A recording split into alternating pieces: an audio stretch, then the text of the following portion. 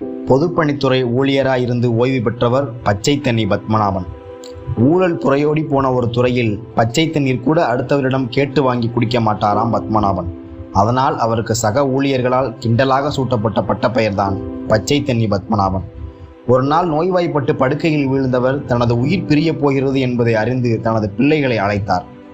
இறைவா, என் பிள்ளைகளை அனாதையாக விட்டுவிட்டு போகிறேன், நீதான் அவர்களை காக்க வேண்டும் என்று பிரார்த்தித்தவர் பிள்ளைகளிடம், நான் எப்படி வாழ்ந்தேன் என்று உங்களுக்கு தெரியும். நீங்களும் எந்த சூழலிலும் நீதி தவறாமல் தேவைகளை சுருக்கி கொண்டு நேர்மையாய் வாழ்ந்து என் பெயரை காப்பாற்ற வேண்டும் என்று சொன்னார். 2 மகன்களும் அமைதியுடன் கேட்டுக்கொண்டிருக்க கடைசி மகள் பிரியா மட்டும் கோபத்தில் வெடித்தாள். பிரியா கல்லூரி 1ஆம் ஆண்டு படித்து வருகிறாள். அவள் விரும்பிய கல்லூரியில் கூட அவளை சேர்க்க வழியின்றி ஏதோ அரசு உதவி பெறும் கல்லூரியில் தான் பத்மநாபனால் சேர்க்க முடிந்தது. அதுவே அவளுக்கு கோபம். அப்பா, உங்கள் பேங்க் அக்கௌண்ட்டில் நயா பைசா கூட இல்லாமல் நீங்கள் எங்களை விட்டு போகிறது எங்கள் துரதிர்ஷ்டம். உங்களை என்னால் பின்பற்ற முடியாது, உங்கள் அறிவுரைகளையும் கேட்க முடியாது. ஊழல் பெருவழிகள், ஊழல் பெருச்சாளிகள் என்று நீங்கள் கூறியவர்கள் எல்லோரும் அவர்கள் குழந்தைகளுக்கு பல தலைமுறைகள் சொத்து சேர்த்து விட்டு சென்றிருக்கிறார்கள். ஆனால் நாம் இருக்கும் இந்த வீடு கூட வாடகை வீடு தான். சாரி, நேர்மையாயிருந்தும் நாங்கள் பட்டதெல்லாம் உங்களை என்னால் பின்பற்ற முடியாது. நாங்கள் எங்கள் வழியை பார்த்து கொள்கிறோம் என்றாள். அவளை உற்று நோக்கியபடி பரிதாபமாக பார்த்த அந்த ஜீவனின் உயிர் அடுத்த சில நிமிடங்களில் பிரிந்தது. காலங்கள் உருண்டன. கல்லூரி படிப்பை எப்படியோ தட்டுத்தடுமாறி முடித்த பிரியா ஒரு புகழ்பெற்ற கட்டுமான நிறுவனத்திற்கு பணிக்கு அப்ளை செய்து நேர்முக தேர்வுக்கு சென்றாள். அந்த பணிக்கு தேவையான தகுதியுடைய நபரை ஏற்கனவே பேனல் உறுப்பினர்கள் தேர்ந்தெடுத்து விட்டாலும் ஒரு ஃபார்மாலிட்டிக்காக இன்டர்வியூவை நடத்தி கொண்டிருந்தனர். பேனல் மெம்பர்களுக்கு மத்தியில் அந்நிறுவனத்தின் எம்டியும் அமர்ந்திருந்தார். பிரியாவின் முறை வந்ததும் உள்ளே அழைக்கப்பட்டால் அவளது ரெஸ்யூமை பார்த்த பேனல் மெம்பர் ஒருவர், உன் அப்பா மிஸ்டர் பத்மநாபன் பொதுப்பணித்துறையிலிருந்து ஓய்வு பெற்றவரா என்றார். ஆமாம் சார். உடனே எம்டி நிமிர்ந்து உட்கார்ந்தார். பிரியாவை நோக்கி கேள்வியை வீசினார். உங்கள் அப்பாவுக்கு பச்சை தண்ணி பத்மநாபன்கிற பேர் உண்டா? ஆமாம் சார் என்றால் சற்று நெளிந்தபடி. ஓ, நீங்கள் அவரோட டாக்டரா? இந்த காலத்தில் அவரை மாதிரி மனுஷங்களை பார்க்க முடியாதுமா. இந்த கம்பெனி இன்னைக்கு இவ்வளோ வளர்ந்துருக்குதுன்னா அதுக்கு அவரும் ஒரு காரணம்.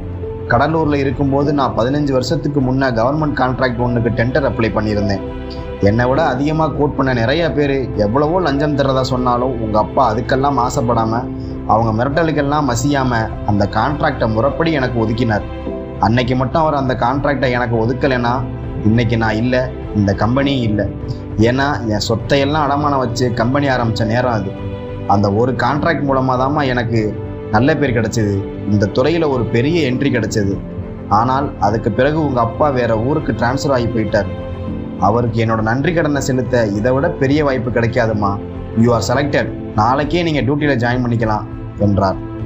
அந்நிறுவனத்தின் HR பிரிவில் தலைமை அதிகாரியாக பிரியாவுக்கு வேலை கிடைத்தது. அலுவலகம் வந்து செல்ல ஒரு 2 வீலர் வாங்கி கொடுத்தார்கள். PF இன்சென்டிவ், ரெண்ட் அலவன்ஸ் என பல சலுகைகள்.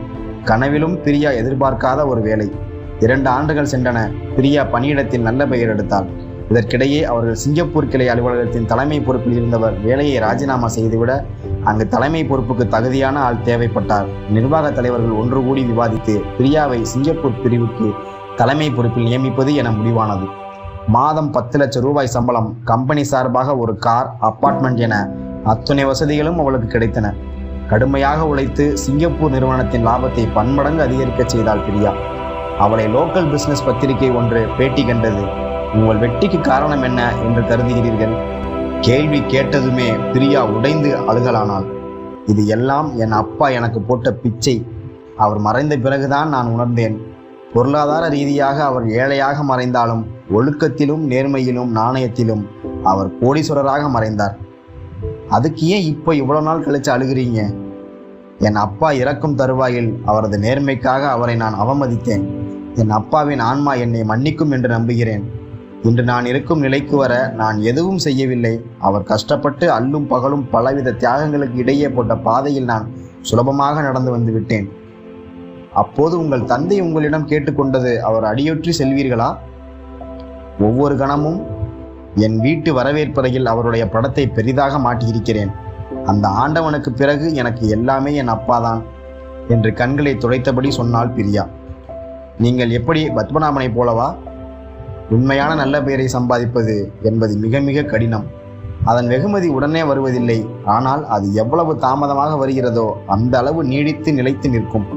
நேர்மை, நாணயம், ஒழுக்கம், சுய கட்டுப்பாடு, தீயவற்றிற்கு அஞ்சுவது, கடவுளின் மீது அசைக்க முடியாத நம்பிக்கை, இவையெல்லாம் தான் ஒரு மனிதனை முழுமையாக்குகின்றன, கோடீஸ்வரனாகவும் ஆக்குகின்றன. வங்கி கணக்கில் இருக்கும் பணம் அல்ல, உங்கள் குழந்தைகளுக்கு நல்லவற்றை விட்டு செல்லுங்கள். இதைதான் அக்காலங்களில் சொன்னார்கள், பிள்ளைகளுக்கு பணம் சேர்ப்பதை விட புண்ணியத்தை சேர்க்க வேண்டும் என்று. நிறைய உண்மை கலந்த கதை இது. நேர்மையாக இருப்பதால் கண்ணீர்தான் பரிசு என்று மனம் கலங்காதீர்கள். உங்கள் நேர்மைதான் உங்கள் குடும்பத்தை நிஜமாக காப்பாற்றும். நமது நாட்டையும் நேர்மைதான் காப்பாற்ற வேண்டும். நேர்மைக்கு என்றுமே அழிவில்லை. வாய்மையே வெல்லும். நன்றி.